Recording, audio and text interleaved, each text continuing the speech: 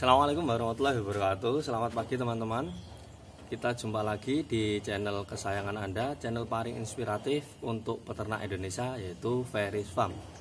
Pada kesempatan kali ini saya akan mengajak Anda untuk safari kebun teman-teman. Safari kebun di mana kita akan melihat tanaman apa saja yang kita tanam untuk memanfaatkan lahan pasif sebagai media untuk membuat kulkas alami teman-teman, kulkas alami untuk makan kambing. Langsung saja kita capcus. Lah ini ya teman-teman ya, kita udah nyampe di kebun. Ini sebelumnya itu kebunnya itu rimbun teman-teman, dan tanamannya tidak terawat. Lalu kita benahi selama 1 minggu teman-teman. Di sini kita seperti sebelumnya saya janjikan tanaman apa saja yang bisa kita manfaatkan untuk memberi makan kambing teman-teman. Di antaranya ini teman-teman ya, kita punya pohon pepaya. Pohon pepaya kita punya 4, dan kita yang 3 masih pembibitan teman-teman.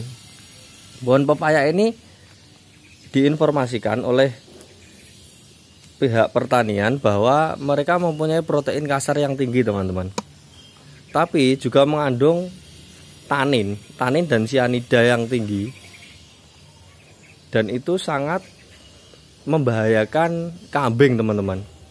Untuk itu kita melakukan proses yang lebih aman, yaitu proses fermentasi dengan cara daunnya dikeringkan dahulu teman-teman. Daun dikeringkan dahulu, kita cacah ya teman-teman dengan mesin cacah. Kita keringkan lalu kita jemur di bawah sinar matahari teman-teman. Paling tidak 1 malam. 1 malam itu sudah bisa kita lakukan proses fermentasi.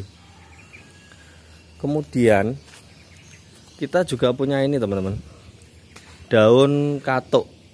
Daun katuk ini sangat disukai oleh kambing dan juga sangat bermanfaat untuk kambing yang sedang menyusui teman-teman, agar susunya bancar. Ini daun katuk ya, ini biasanya dimanfaatkan oleh manusia. Kita juga bisa memanfaatkannya apabila istri kita sedang menyusui juga teman-teman. Untuk sayuran kita menanam banyak ini ya teman-teman ya, lagi memperbanyak ini teman-teman, karena untuk proses breeding.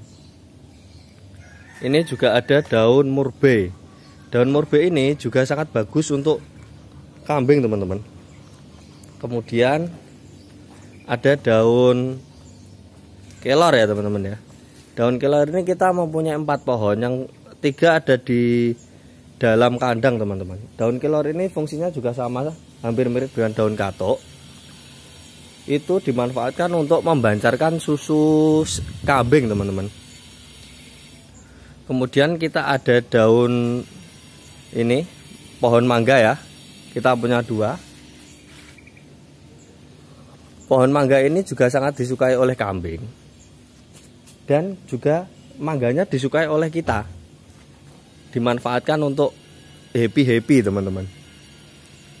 Kemudian ini kita punya, karena kita suka sayuran juga teman-teman, kita menanam pohon lotes. Pohon lotesnya adalah pohon biasanya dinamakan pohon pepaya Jepang teman-teman ya. Kita punya 1 deret. Ini juga dimanfaatkan untuk pakan kambing. Tidak jauh beda dengan pohon kates, dia juga mengandung sianida. Sianida ini kalau dimakan kambing itu bisa membuat penyakit blood teman-teman, atau penyakit kembung, biasanya kembung. Nah, untuk mengakalinya dan agar aman dimakan kambing, kita tetap sama prosesnya teman-teman. Kita melakukan proses pengeringan dengan dijemur di bawah sinar matahari ya. Lalu kita proses fermentasi agar zat-zat yang beracun itu bisa terurai teman-teman. Kemudian untuk yang lain kita punya ini teman-teman, stok suket gajah teman-teman ya. Kita cuma punya 3 larik.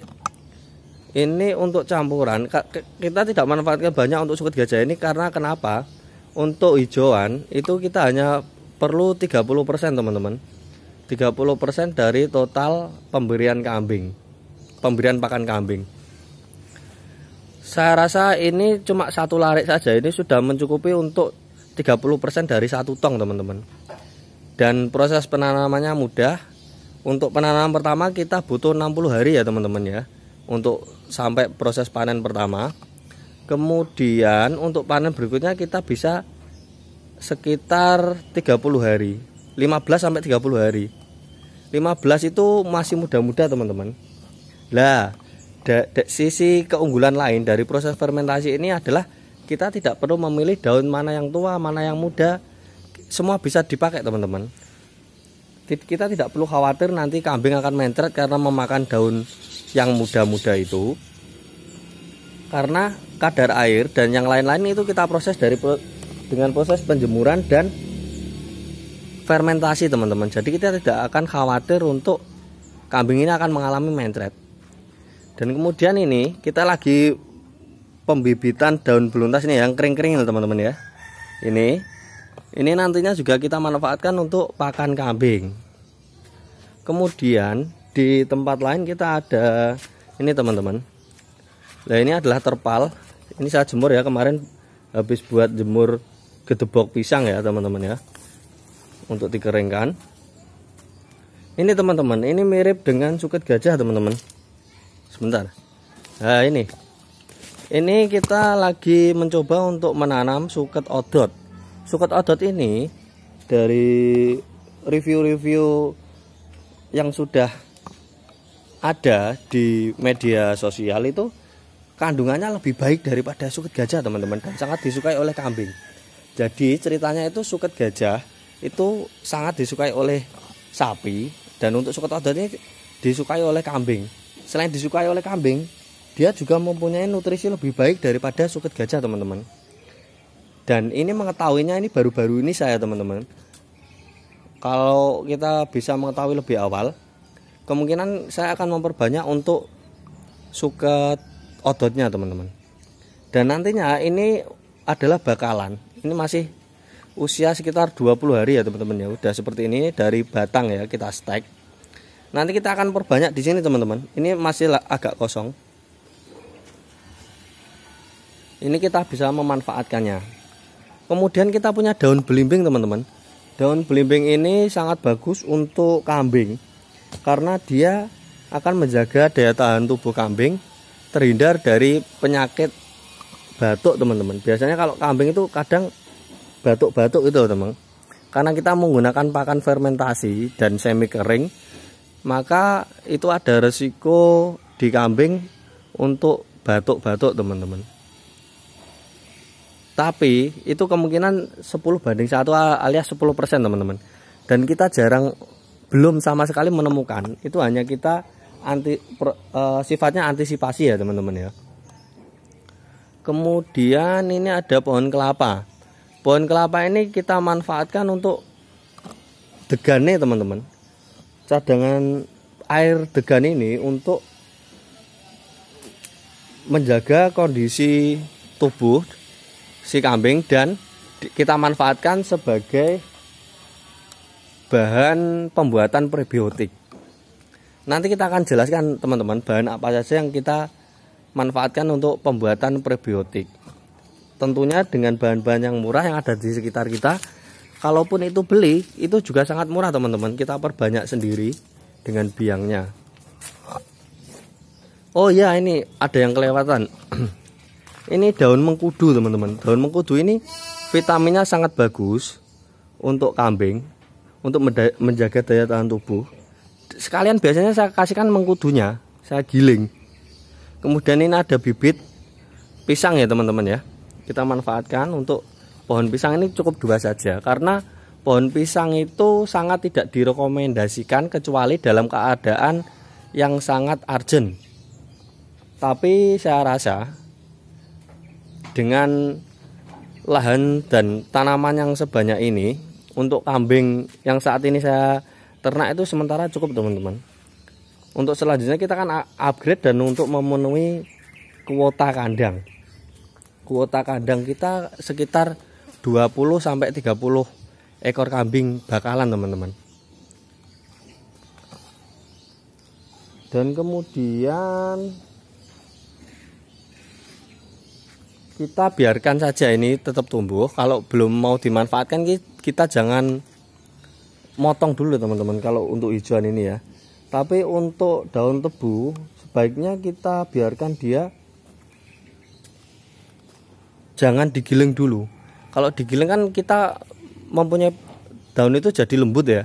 Kita butuh tempat untuk menaruh dan itu harus kering teman-teman. Kalau enggak kita menjamur teman-teman. Untuk mengakalinya saya sediakan ini teman-teman ya, gudang penyimpanan ini, gudang penyimpanan daun tebu. Karena dari pengalaman sebelum nih sudah saya giling dan saya taruh sak selama 1 minggu itu malah menjamur teman-teman. Akhirnya kita bakar seperti ini, itu jadi tidak bermanfaat teman-teman. Jadi lebih baik kita biarkan, jangan digiling dulu.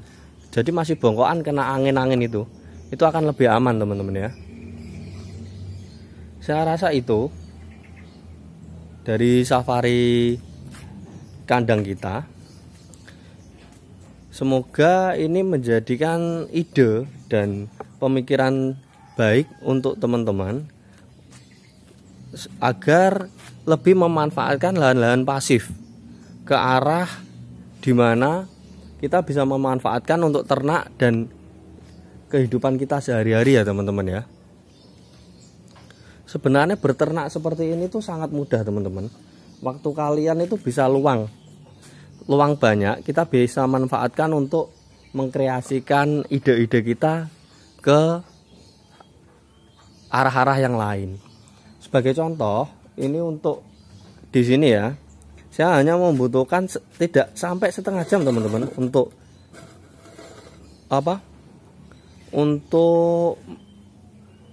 melakukan kegiatan di kandang teman-teman. Untuk melakukan kegiatan di kandang kita tidak ada waktu setengah jam, dan yang lainnya kita bisa memanfaatkan untuk membangun network teman-teman. Kita bisa main ke tempat teman-teman, kita bisa ngopi, kita bisa yang lain-lain, dan kita bisa melihat bibit di kandang-kandang teman-teman kita yang lain untuk melakukan perbandingan ya teman-teman ya.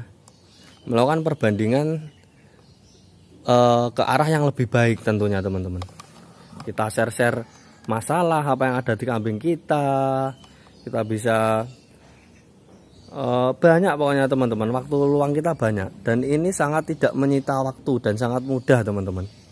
Sistem peternakan seperti ini, kita hanya cukup bekerja untuk penyiapan pakan, tinggal kekuatan kita teman-teman. Kalau ada mesin ini akan lebih banyak lagi teman-teman. Memang mesin itu adalah kita keluar biaya banyak di awal ya, namun kita bisa memanfaatkannya atau itu sebagai aset kita, dan ketemunya akan lebih murah teman-teman ya. Ketemunya lebih murah untuk kedepannya. Selain itu, selain ketemu lebih murah, kita juga tidak takut lagi untuk mengambil langkah memperbanyak ternak kita teman-teman. Kita contoh ya, saya manual ini. Saya untuk proses peradukan ini 3 tong ini saya butuh waktu 2 jam teman-teman. Itu proses manual dengan tangan teman-teman.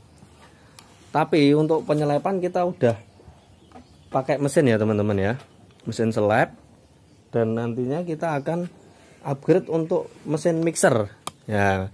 Mesin mixer ini nantinya akan kita gunakan untuk ngeraduk pakan teman-teman, supaya lebih cepat.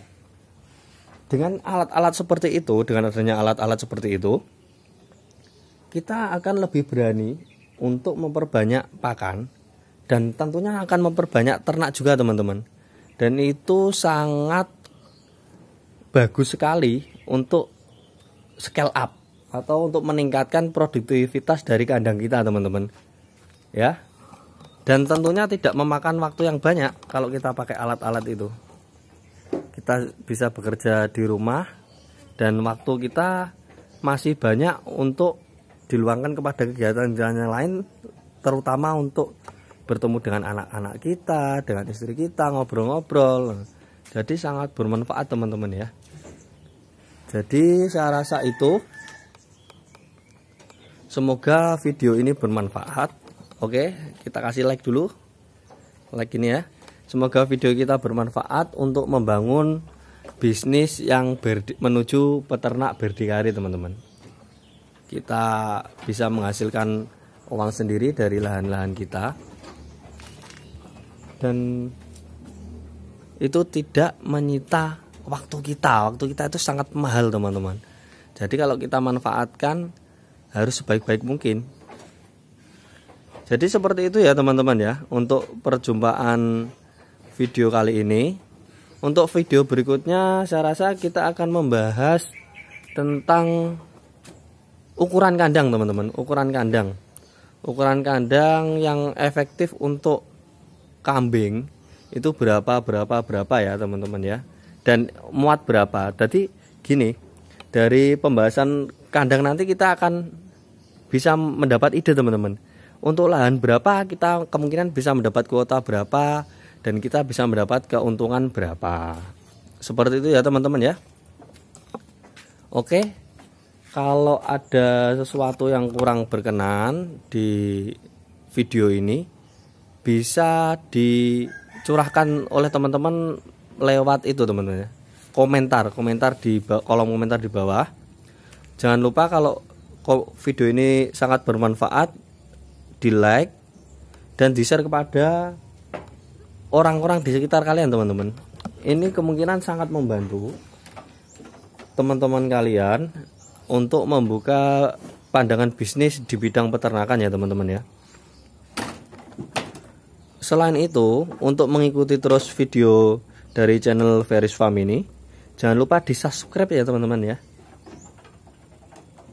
agar kalian bisa mendapatkan notifikasi bahwa Ferris Farm sudah mengupload video terbaru. Saya rasa demikian teman-teman. Salam sejahtera, salam mbak-mbak, dan semoga sukses bersama. Assalamualaikum warahmatullahi wabarakatuh.